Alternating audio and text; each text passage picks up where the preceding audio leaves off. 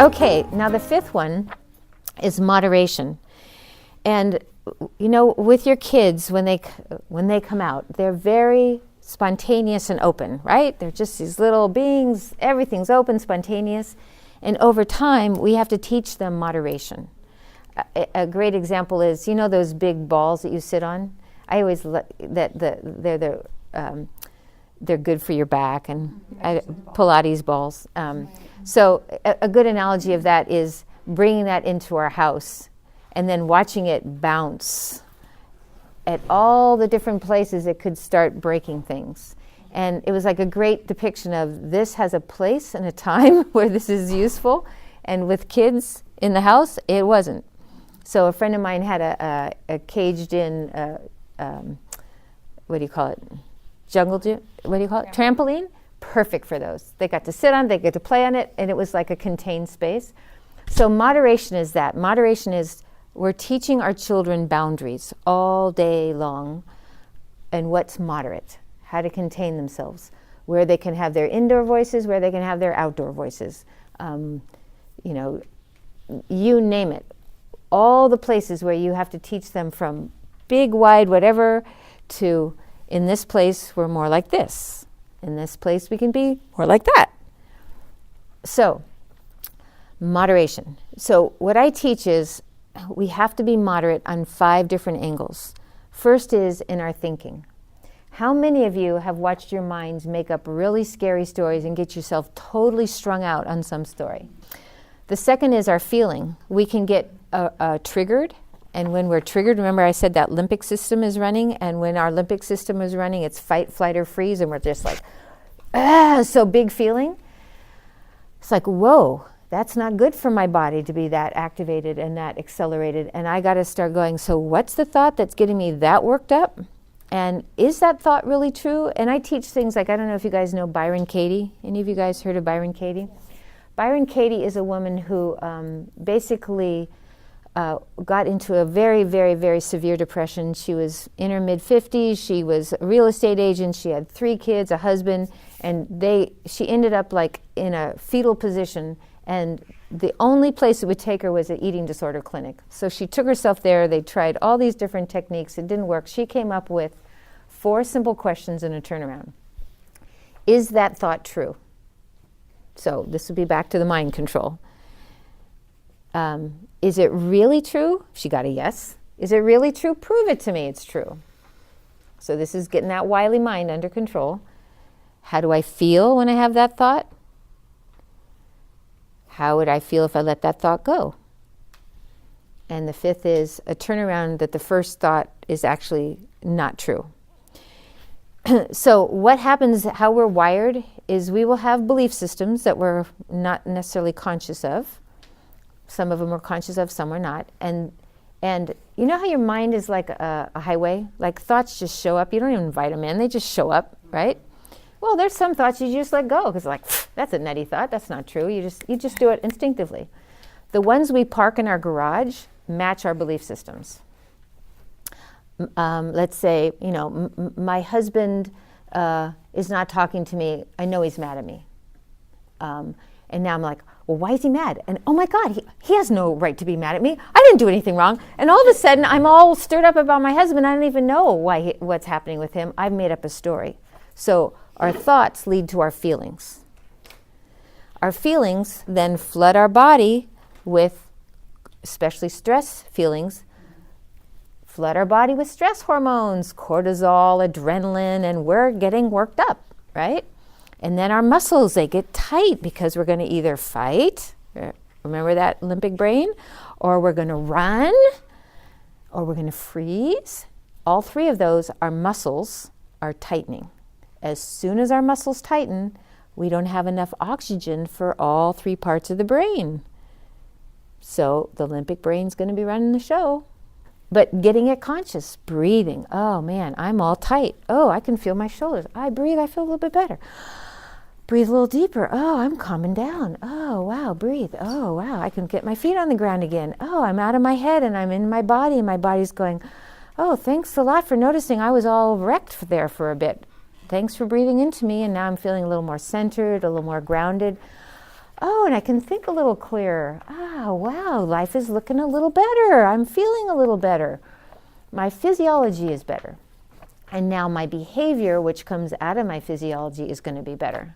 So that's how we're wired. Beliefs, thoughts, feelings, body physiology, and behavior. So it all comes back to the breath.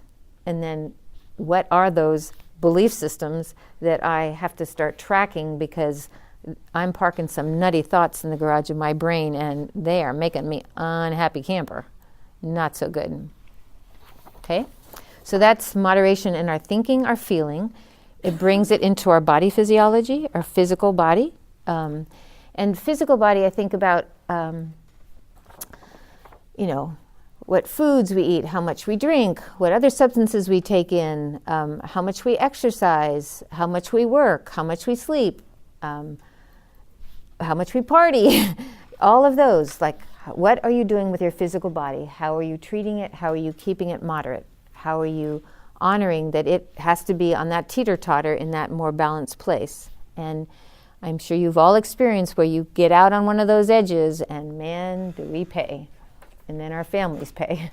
So good self-care, good self-care, good self-care is the big piece that I teach everybody. And as parents who are home raising those children, those precious little beings, they are watching.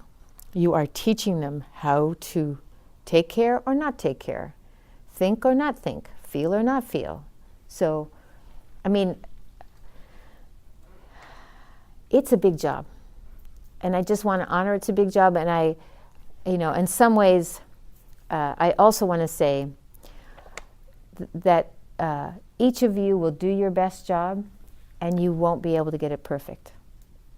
And you're going to even have to forgive yourself of that. Because your kids will have their path that they will take with all the goods you've given them, the mental, emotional, spiritual, and physical goods you give them. They will take it and they will do their best with it. And you're here tonight because you want to grow and change. You're doing a really, really awesome job. Remember that, and then give yourself permission to make mistakes. And that's parenting. It's just like, please God, help me do the best job I can, but if I'm making a mistake, please forgive me because I'm bound to make them. And here are 3 I did today. Okay, so the other 2 places of moderation are in our spiritual self. And the spiritual self is whatever way you have of coming back, I call it home to the self, home to your connection to source energy, home to your preciousness, home to your ability to be human, to say you're sorry, to forgive yourself, and make amends. And then the sexual, sensual self is the other one that we have to be moderate in. So in our indulging culture, we can get very extreme in any one of these. And so the piece we're bringing back is to boundaries and moderation. And in some schools of thought, moderation is kind of wimpy.